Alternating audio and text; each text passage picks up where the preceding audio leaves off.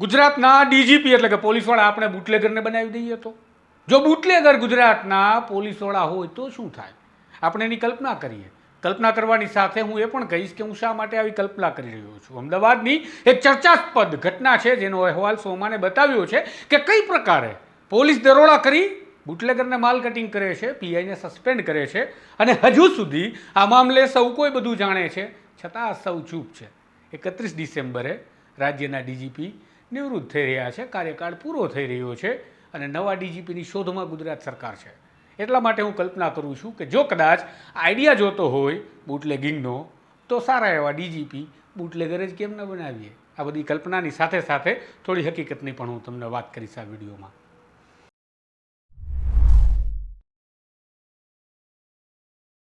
નમસ્કાર, હું છું આપની સાથે તુષાર બસિયા. આપ જોઈ રહ્યા છો સ્વમાન. ગુજરાત રાજ્યના હાલના ડીજીપી વિકાસ સહાય છે. વિકાસ સહાય નિવૃત્ત થઈ ગયા. નિવૃત્ત થયા બાદ સરકારે એક્સટેન્શન આપી ફરી તેમને ડીજી તરીકે નિયુક્ત કર્યા અને તેમની કામગીરી આગળ ધપી. હવે એ સમય પૂરો થઈ રહ્યો છે. 31 ડિસેમ્બર 2025ના રોજ ડીજીપી તરીકે વિકાસ સહાયનો કાર્યકાળ પૂરા થયા બાદ નવા ડીજીપી કોણ? આ વાતને લઈને એક ચર્ચાઓ છે. કહેવાય છે કે અમદાવાદ શહેરના police commissioner IPS GS Malik નવા ડીજીપી બની શકે તો કોઈ કહી રહ્યું છે કે ડીજીપી તરીકે KLN રાવના નામની ચર્ચા છે. આ અનેક નામોની ચર્ચાઓની વચ્ચે આપણે એ ચર્ચા કરીએ કે રાજ્યના ડીજીપી જો બુટલેગરને નિયુક્ત કરી દઈએ તો કેવું રહે? કારણ કે આમ પણ ગુજરાતમાં દારૂબંધી જે કાગળ પર છે તે ચર્ચામાં રહે છે. ક્યારેક દારૂબંધીના મુદ્દાને લઈ વિપક્ષ એટલું આક્રમક બની જાય છે કે સરકારને ડિફેન્સ કરવી પણ સામાન્ય રીતે મુશ્કેલ બનતી દેખાય છે. ત્યારે અમદાવાદ શહેરની એક ઘટના યાદ આવે છે. અમદાવાદ શહેરની ઘટના એવી કંઈક હતી કે શહેર કોટડા પોલીસ સ્ટેશન વિસ્તારમાં પ્રિવેન્શન ક્રાઇમ બ્રાન્ચ એટલે કે PCB જે અમદાવાદ શહેરના CPની નીચે કમિશનરની નીચે સીધી આવે છે, તેમણે દરોડો કર્યો શહેર કોટડાના રામકુમાર મિલ કમ્પાઉન્ડમાં અને એ દરમિયાન 15,000 કરતાં વધારે બોટલ દારૂ ઝડપાયો, કરોડોનો દારૂ ઝડપાયો હોવાની વાત કરી વાહવાહી લૂંટવામાં આવી અને બાદમાં થયું એવું કે શહેર કોટડાના PIને સસ્પેન્ડ કરવામાં આવ્યા.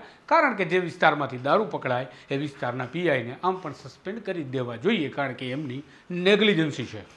પરંતુ આ બાદ સમાચાર સૂત્રો આપતા હતા અને જે અમે તમને એક અહેવાલના માધ્યમથી બતાવ્યા છે એમાં કંઈક એવી વાત સામે આવી કે આ દારૂ એક ટ્રક હતો તેમાં આવ્યો હતો, વાત સાચી, પણ ગોડાઉનમાં 8 પેટી મૂકવામાં આવી અને પકડવામાં આવી. ત્યારબાદ કેટલાક 4 વ્હીલ વાહન આવે છે જેમાં BMW, સ્કોર્પિયો જેવી કારો સામેલ છે અને તેમાં દારૂનો જથ્થો ભરી અન્યત્ર સગે વગે થાય છે. તે બબલુ અને તિલ્લી નામના બુટલેગરો પાસે પહોંચ્યો જ્યારે 15,000 કરતાં વધારે બોટલને પકડાય છે તે પ્રકારે સીઝ કરી અને ગુનો દાખલ કરવામાં આવ્યો.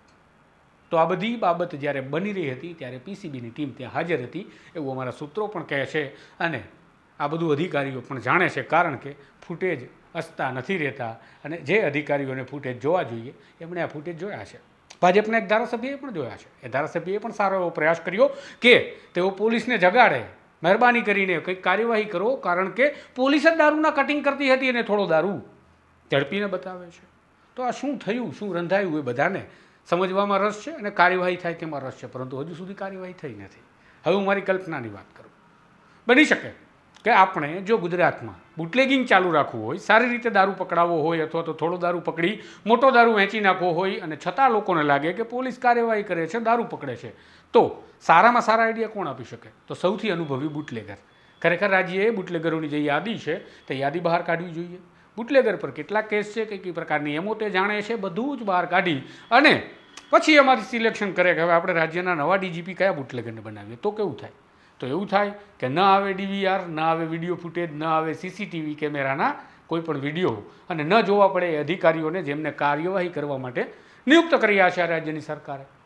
જો આ બધું આ જ રીતે સમૂહસૂત્રું ચાલતું રહે તો લોકોને લાગે પણ ખરું કે દારૂ પકડાયો છે અને વળી PICઓ પણ રાજી થાય કારણ કે દારૂ સરળતાથી મરી રહે. દારૂબંધીની ચર્ચાઓમાં જ્યારે પોલીસની વાત કરતા હોઈએ ત્યારે એમાં જરા અતિશયોક્તિ ન માનવી કે પોલીસ દારૂ ઉતારી ન શકે, પોલીસ દારૂનું કટિંગ ન કરી શકે. કારણ કે મેં તમને અગાઉ પણ કહ્યું છે તેમ કે SMCની રેકી બુટલેગરો માટે કરતા પોલીસવાળા આપણે જોયા છે. સાયલાથી રાજકોટ સુધી દારૂ લઈ જતા પોલીસવાળા આપણે જોયા છે જે રાજકોટ ક્રાઇમ બ્રાન્ચના હતા. એ પ્રકારે આપણે રાજ્યમાં અનેક કિસ્સાઓ જોયા છે. દારૂની ગાડીને પૈસા લઈને જવા દેનારા પોલીસવાળા પણ આપણે જોયા છે અને એને પકડાતા પણ જોયા છે, પણ ખબર નહીં. અમદાવાદ શહેરની મેં જે ઘટનાની વાત કરી એ ઘટનામાં હજુ સુધી તપાસ કેમ નહીં થતી હોય? બની શકે કે આ તપાસથી કેટલાયના તપેલા ચડી જતા હોય, અથવા તો 31 ડિસેમ્બરની જે ઉજવણી છે, પહેલી ઉજવણી નહીં, સરકારી ઉજવણીની વાત કરું છું, કે જેમાં એક મોટો ફેરફાર થવાનો છે નવા ડીજીપીના નામમાં, તેના કારણે આ બધી કાર્યવાહીઓ સ્થગિત રખાતી હોય, અથવા તો ડીજીપી વિકાસ સહાય આ બધું જાણી ગયા હોવા છતાં પણ બની શકે કે તેઓ જતાં જતાં આ કાર્યવાહી કરવાનું ટાળી રહ્યા હોય, અથવા તો સરકારની સૂચનાની રાહ જોઈ રહ્યા હોય. ખેર, ભાજપના ધારાસભ્ય છે જ કે જેમને આ બધો મામલો ખબર છે, સરકાર તેને બોલાવીને જાણી શકે છે.